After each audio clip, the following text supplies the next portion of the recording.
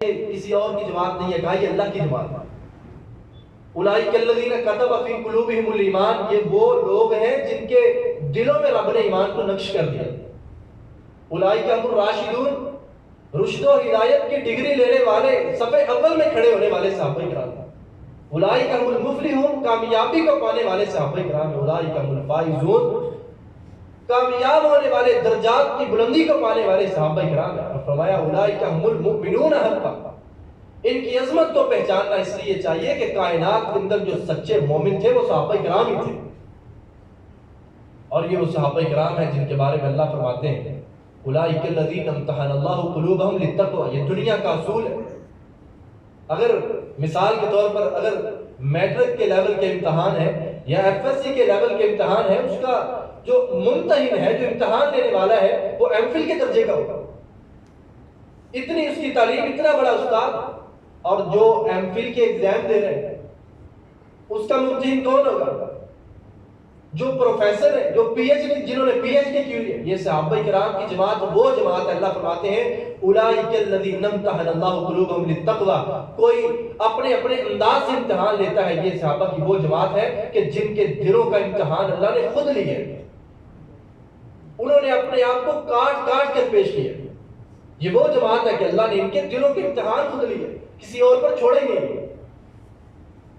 یہ صحابہ کرام رضوان اللہ علیہم اجمعین، ان کی شان کو، ان کی عظمت کو پہچاننا اس لیے بھی ضروری ہے کہ عبداللہ ابن مسعود رضی اللہ عنہ کہا کرتے تھے ان اللہ نظر فی قلوب الایمان فوجد قلب محمد صلی اللہ علیہ وسلم خیر قلوب الایمان، کہ اللہ رب العالمین نے اپنی ساری مخلوق کے دلوں میں جھانکا، سارے بندوں کے دلوں میں جھانکا، سب سے بہترین دل جو ہے وہ امام الانبیاء حضرت محمد مصطفیٰ صلی اللہ علیہ وسلم کے دل کو پایا۔ اللہ پاک نے آپ کو اپنی رسالت کے لیے چن لیا، وَابْتَعَثَهُ بِرِسَالَتِهِ، اللہ پاک نے آپ کو نبوت اور رسالت کے ساتھ مبعوث کیا اور خاتم النبیین کا تاج پہنا دیا۔ ثُمَّ نَظَرَ فِي قُلُوبِ الْعِبَادِ، اللہ رب العالمین نے آپ کے دل میں جھانکنے کے بعد پھر اپنی مخلوق کے دلوں کے اندر جھانکا، فَوَجَدَ بَعْدَ قَلْبَ مُحَمَّدٍ خَيْرَ قُلُوبِ الْعِبَادِ أَصْحَابُهُ، نبی علیہ السلام کے دل کے بعد اللہ پاک نے اپنی مخلوق کے دلوں میں دوبارہ جھانکا، سب سے زیادہ بہترین دل جو ہے وہ صحابہ کرام کے دلوں کو پایا۔ فَجَعَلَهُمْ وُزَرَاءَ لِنَبِيِّهِ، اللہ پاک نے پھر ان کو اپنے نبی کا ساتھی بنا دیا، وزیر بنا دیا۔ یہ وہ صحابہ کرام کہ جن کے ایمان کو اللہ رب العالمین نے معیار ایمان کا ہے، فرمایا وَلَوْ، اللہ پاک فرماتے ہیں فَإِنْ آمَنُوا بِمِثْلِ مَا آمَنْتُمْ بِهِ فَقَدِ اهْتَدَوْا، اگر تم بھی اس طرح کا ایمان لے کر آؤ گے جس طرح کا صحابہ کرام لے کر آئے، فقد اہتدوا، تم بھی ہدایت پا جاؤ۔ وَإِن تَوَلَّوْا فَإِنَّمَا هُمْ فِي شِقَاقٍ فَسَيَكْفِيكَهُمُ اللَّهُ وَهُوَ السَّمِيعُ الْعَلِيمُ، اگر اس طرح کا ایمان نہیں ہے پھر ہدایت نہیں ہے۔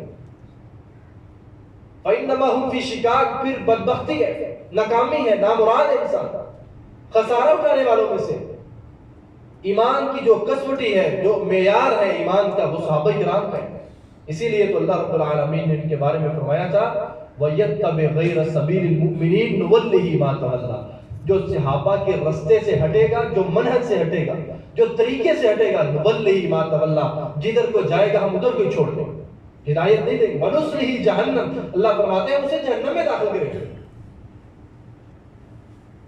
جو صحابہ کرام کے منہج سے، طریقے سے، منشور سے، ان کے نظریے سے ہٹے گا، وَنُصْلِهِ جَهَنَّمَ وَسَاءَتْ مَصِيرًا، اس جہنم میں داخل کریں گے جو رہنے کے اعتبار سے بہت برا ٹھکانہ ہے۔ یہ وہ صحابہ کرام رضوان اللہ علیہم اجمعین ہیں۔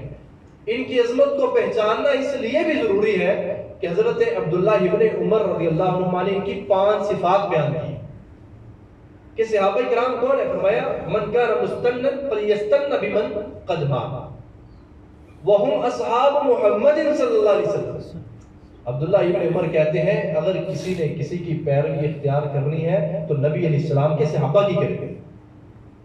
فرمایا 5 وجہ ہیں کیوں ان کی پیروی اختیار کرنی ہے۔ کانوہم خیر ہذہ الامہ، اس امت کے بہترین لوگ تھے، ان سے زیادہ بہتر کائنات کے اندر، دنیا کے اندر کوئی بھی نہیں ہے۔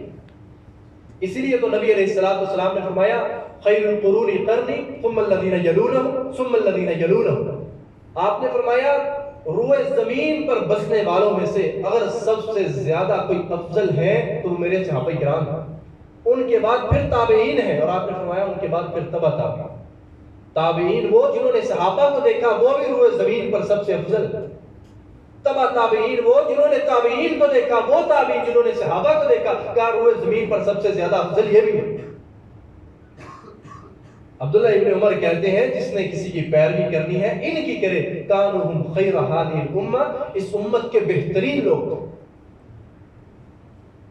اور دوسرے نمبر کے اوپر فرمایا ان کی دوسری خوبی کیا ہے، اعمقها علما ابرها قلوبا، کہا سب سے زیادہ پاکیزہ دل والے لوگ اس کائنات کے اندر تھے تو وہ صحابہ ہی تھے۔ ابرها قلوبا، ان سے زیادہ پاکیزہ دل کسی کا نہیں۔ اعمقها علما، علم کے اوپر جتنی گرفت ان کی تھی، جتنا مضبوط علم ان کا تھا، جتنی علم کی گہرائی ان کے پاس تھی، کہا کسی اور کے پاس نہیں۔ اقلھا تکلفا، سب سے زیادہ بچنے والے تھے تکلف سے۔ احسنہم حالا، سب سے زیادہ خوبصورت زندگی گزارنے والے صحابہ کرام، سب سے زیادہ خوبصورت زندگی گزارنے والے، سب سے زیادہ تکلف سے بچنے والے، علم کی گہرائی رکھنے والے، پاکیزہ دل رکھنے والے، امت کے بہترین لوگ۔ پھر آخر میں کہا اولئک اصحاب محمد صلی اللہ علیہ وسلم، یہ تھے محمد رسول اللہ صلی اللہ علیہ وسلم کے صحابہ کرام۔ اور آخر میں کیا فرمایا کہ یہ وہ لوگ تھے قوم اختارہم اللہ لصحبت نبیہ، یہ وہ لوگ تھے سچے دلوں والے، علم حاصل کرنے والے، علم میں پختگی والے، تکلفات سے بچنے والے، خوبصورت زندگی گزارنے والے۔ قوم اختارہم اللہ لصحبت نبیہ، یہ ایسی قوم تھی کہ اللہ پاک نے ان کو اپنے نبی علیہ السلام کی صحبت کے لیے چن لیا۔ صرف اس کے لیے نہیں کہا وَنَقْلِ دِينِهِ، یہ جو دین آج آپ تک اور ہمارے تک منتقل ہے یہ ان کی برکات ہے، یہ ان کے ثمرات کا نتیجہ ہے۔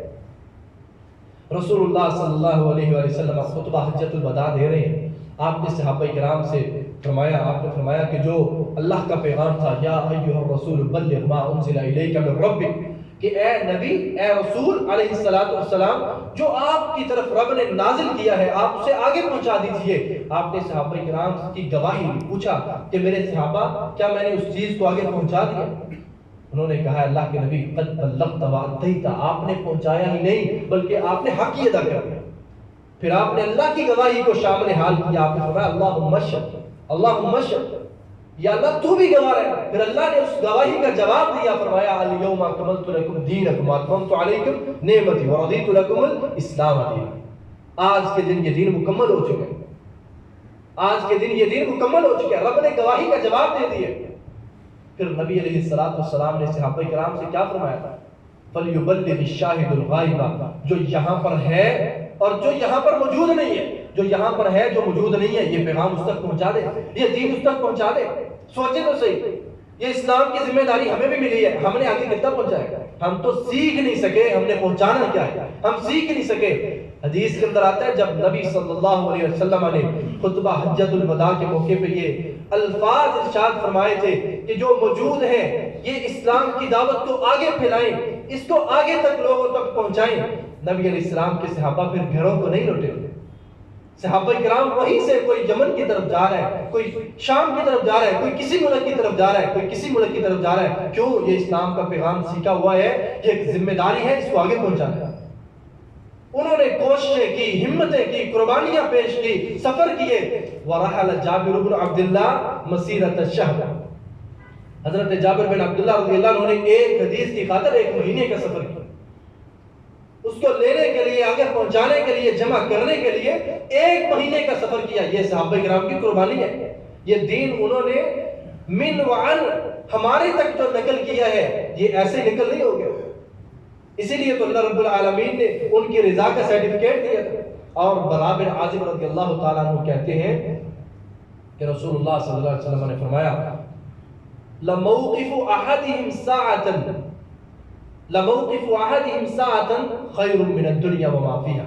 برا بن عازب کہتے ہیں کہ کسی صحابی کا ایک گھڑی نبی علیہ السلام کے پاس کھڑا ہونا، ٹھہرنا، خیر من الدنیا وما فیہا، آپ سارے لوگ مل جائیں دنیا کے اندر ساری کی ساری دنیا کو، دنیا کے اندر جو کچھ ہے سارے کا سارا مال و زر اللہ کے راستے میں صدقہ کر دیں، خیرات کر دیں. لَمَوْقِفُ أَحَدِهِمْ سَاعَةً، آپ ساری دنیا کو صدقہ خیرات کر دیں، ساری دنیا اللہ کے راستے میں وقف کر دیں. کسی صحابی کا ایک پل، ایک لمحہ، ایک گھڑی رسول اللہ صلی اللہ علیہ وسلم کے پاس کھڑے ہونا، یہ اس کا